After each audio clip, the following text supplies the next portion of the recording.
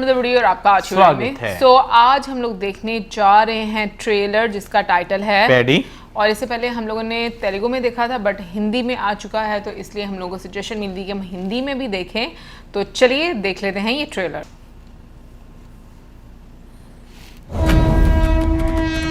Crossing third signal. Sir emergency sir. यहाँ किसी से भी पूछो, फेवरेट खेल बदल रहा है, फेवरेट खिलाड़ी नहीं बदल रहा। पेद्दी इस इलाके का कोई भगवान है क्या? हमारा favourite cricketer Peddi sir. Favourite पहलवान पेद्दी सर। मेरा फेवरेट रनर पेद्दी सर। यहाँ के लोगों के लिए पेद्दी मंदिर का भगवान नहीं, मैदान का भगवान है। खेले हमरा घमंड। सुना है आसमान से धरती पर तारे गिरते हैं, ई हमरी गोदी में गिरा एक तारा है। चेहरा देख चेहरा। ज्ञान सुन लिया तुम्हारा, बकलोली ना किया कर हमारे साथ, बिना चखे ही मर जाएगा। एक लड़की के मुंह से ऐसी बात शोभा नहीं देती। तो मुजरा करे। हमारे लिए खेल जीतना जरूरी नहीं है, जिंदा रहना जरूरी है।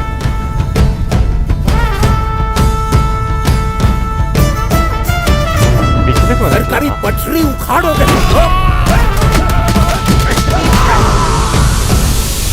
जब हम एक ही धरती पर पैदा हुए तो आप जहाँ रहते हैं वो बेहतर, और हम जहाँ रहते हैं वो बेकार।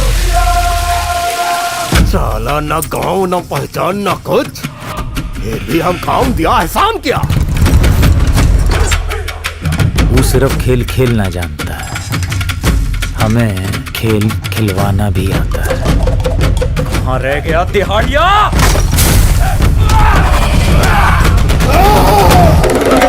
बातों में नहीं, अखाड़े में जीतने की मर्दानगी किसी में है तो उसे भेज। कौन है वो? क्रॉसओवर एथलीट, ऐसा खिलाड़ी जो दो खेलों को मिलाकर एक खेल में ढालता है। हम पेद्दी है साहब। अब चाहे जीत हो या हार, होगी हम पहाड़ी गांव वालों के। आपको लगता है कि हमने खेल खेला है? हमने जंग लड़ी है।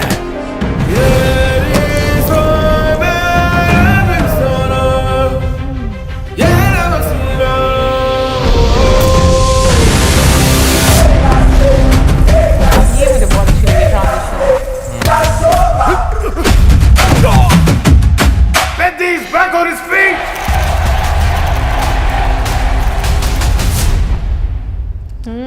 अच्छा, अब थोड़ा जब हम हिंदी में सुनते हैं तो थोड़ा सा अलग जो है वो आपको समझ लगती है।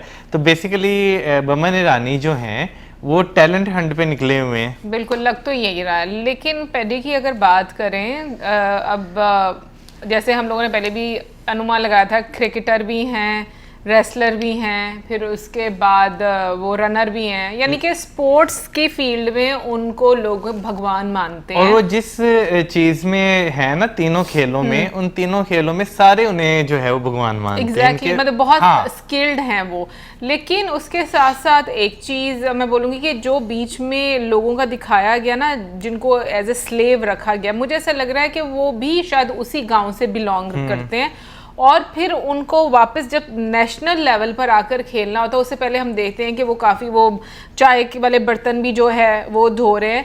सो ऐसा लगता है कि वो एक बहुत स्ट्रगल करके उस चीज से बाहर निकले हैं। और मुझे पता नहीं क्यों बीच में विलन बहुत ज्यादा लग रहे हैं, मुझे एक विलन नहीं लग रहा। मल्टीपल विलन्स हैं बीच में, लेकिन ये ट्रेन वाला बीच में मुझे समझ नहीं आया। स्टार्टिंग में जो पटरी उखाड़ने वाला ना, वो फिर इमरजेंसी स्टार्टिंग में तुम देखो ना, स्टार्टिंग में इमरजेंसी ब्रेक लगाते हैं तो पटरी का वहां पे कोई सीन जो है वो होता है। फिर उसके बाद इंजन्स के बीच में लोगों को बैठाकर जो है, दो इंजन्स के बीच में जगह में बैठा के लोगों को मारा जा रहा था, वहां पे पटरी उखाड़ने की जो है वो बात की जाती है। तो वो वाला जो है ना, मुझे एक सिनेरियो समझ नहीं है कि वहां पे बेसिकली क्या होगा। पटरी क्यों उखाड़ी होगी, किसके कहने पर उखाड़ी होगी। फिर उसके बाद बहुत एक ऐसी जगह जहां पर सब वो लोग होते हैं और उनको ये बोला जाता है कि तुम लोगों पर रहम खाकर जो है वो जॉब पर रखा है। सो बहुत सारी अभी फिलहाल मैं कहूँगी ट्रेलर में अच्छा है कि क्यूरियोसिटी एक मेंटेन की गई है।